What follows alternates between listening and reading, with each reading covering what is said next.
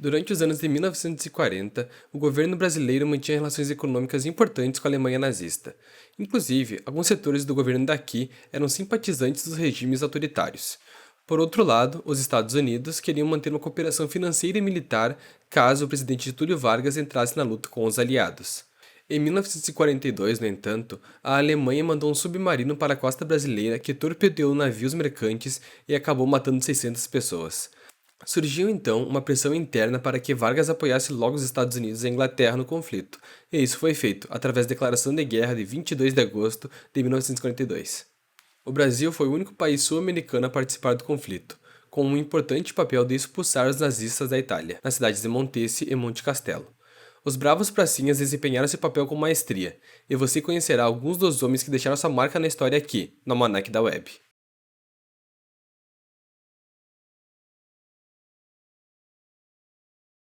Max Wolff Filho nasceu no ano de 1911 em Rio Negro, Paraná. Assim que completou 18 anos, ingressou nas Forças Armadas servindo no extinto 15º Batalhão de Caçadores. Antes da guerra, ele participou de importantes conflitos aqui mesmo no Brasil. Seu batalhão participou da Revolução de 1930, aquela que levou Getúlio Vargas ao poder, e com o sucesso do movimento, Max foi promovido a cabo no ano seguinte.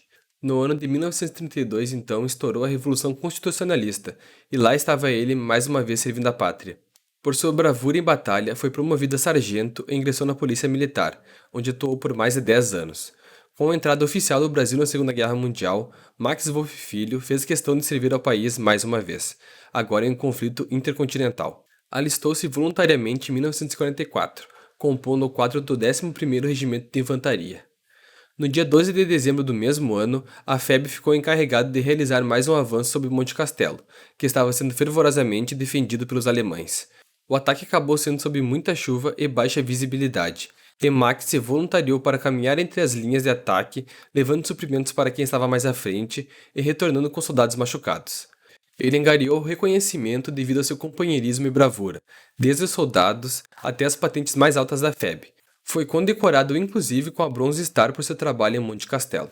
No dia 12 de abril de 1945, pouco antes do final da guerra, o seu regimento recebeu uma missão de reconhecimento na região de Monteforte, a então denominada Terra de Ninguém. Mais uma vez, Max se voluntariou para comandar o regimento, que seria constituído por 19 militares. Foi então que, ao vasculhar uma das casas da região, Max foi atingido por rajadas alemãs, que o mataram na hora. Na tentativa de recuperar o seu corpo, um membro do regimento foi morto junto. Infelizmente, o fogo alemão era incessante, o que levou o regimento a abandonar os corpos e bater em retirada. Seu corpo foi resgatado apenas 48 horas depois. Ele foi condecorado então com a Medalha de Cruz de Combate de primeira classe, além de inúmeras homenagens nas Forças Armadas. Max Wolff Filho é o nome utilizado hoje pelo 20º Batalhão de Infantaria Blindado, unidade que sucedeu ao 15º Batalhão de Caçadores, onde ele havia começado sua carreira militar. O soldado Olavo Soares do Amaral atuou na Guerra de Monte Castelo, onde exercia a função de telefonista. Durante um dos combates, o fio telefônico entre o comando do batalhão e uma companhia avançada foi cortado pelo pesado fogo de artilharia alemã.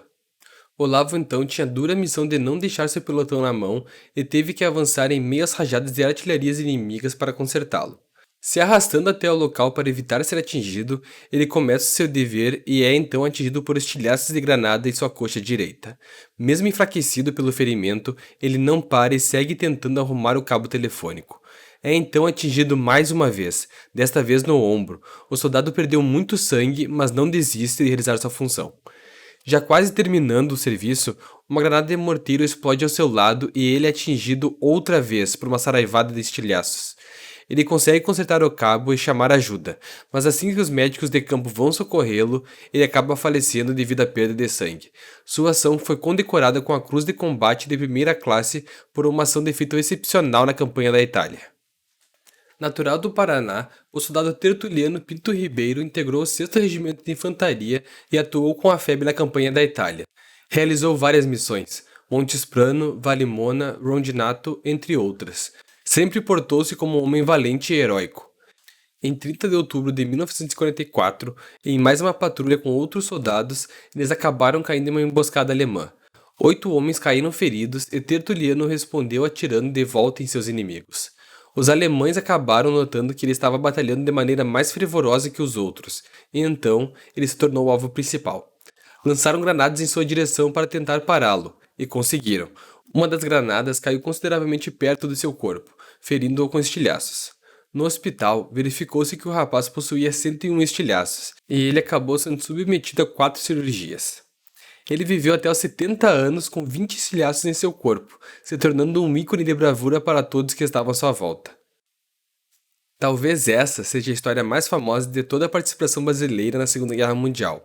Segundo contam, no dia 14 de abril de 1945, na cidade de Montese, os 3 soldados se perderam do seu grupo e encontraram um pelotão nazista com aproximadamente 100 homens. Os alemães teriam então ordenado que os brasileiros se rendessem, mas foram ignorados e abriram fogo contra os homens. Geraldo Baeta, Arlindo Lúcio e Geraldo Rodrigues utilizaram toda a munição que estava a seu dispor, e no final correram em direção ao inimigo na tentativa de eliminar alguns deles com as próprias baionetas, tendo morrido no movimento. Ao final do combate, os alemães teriam enterrado os 3 soldados e escrito na sua sepultura: 3 heróis brasileiros, um em alemão, Drei Brasilianische Helden.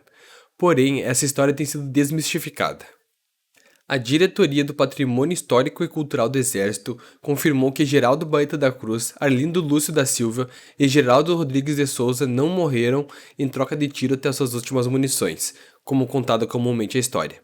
Segundo consta em documentos, Geraldo Baeta, que era padioleiro, ou seja, um soldado encarregado de auxiliar na retirada de feridos, foi morto em uma explosão de granada. Arlindo Lúcio da Silva, por sua vez, foi atingido por um franco-atirador enquanto descarregava seu fuzil nos inimigos. E Geraldo Rodrigues nem em Montese estava, ele faleceu em combate na cidade de Natalina. Portanto, as fotos que circulam na sepultura desses bravos homens é falsa, e infelizmente, essa história também. Mas ela não diminui em nada a coragem desses homens que lutaram na Itália. No entanto, esta foto pertence a 3 outros soldados, que foram enterrados nas proximidades de Precária, em 24 de janeiro de 45, após terem sido surpreendidos por uma guarnição alemã. Aristides José da Silva, José Graciliano Carneiro da Silva e Clóvis da Cunha Paes de Castro foram mortos e enterrados pelos alemães. Em sua lápide foi escrito 3 Bravos Brasil, provavelmente pela coragem demonstrada em batalha contra eles. Esse processo de pesquisa foi feito pelo Elton Costa, que tem um site e uma página no Facebook que estarão linkadas aqui na descrição caso você queira pesquisar mais a fundo. Se você assistiu o vídeo até aqui, não se esqueça de curtir e se quer ver mais sobre história e curiosidades, se inscreva no canal. Muito obrigado e até logo!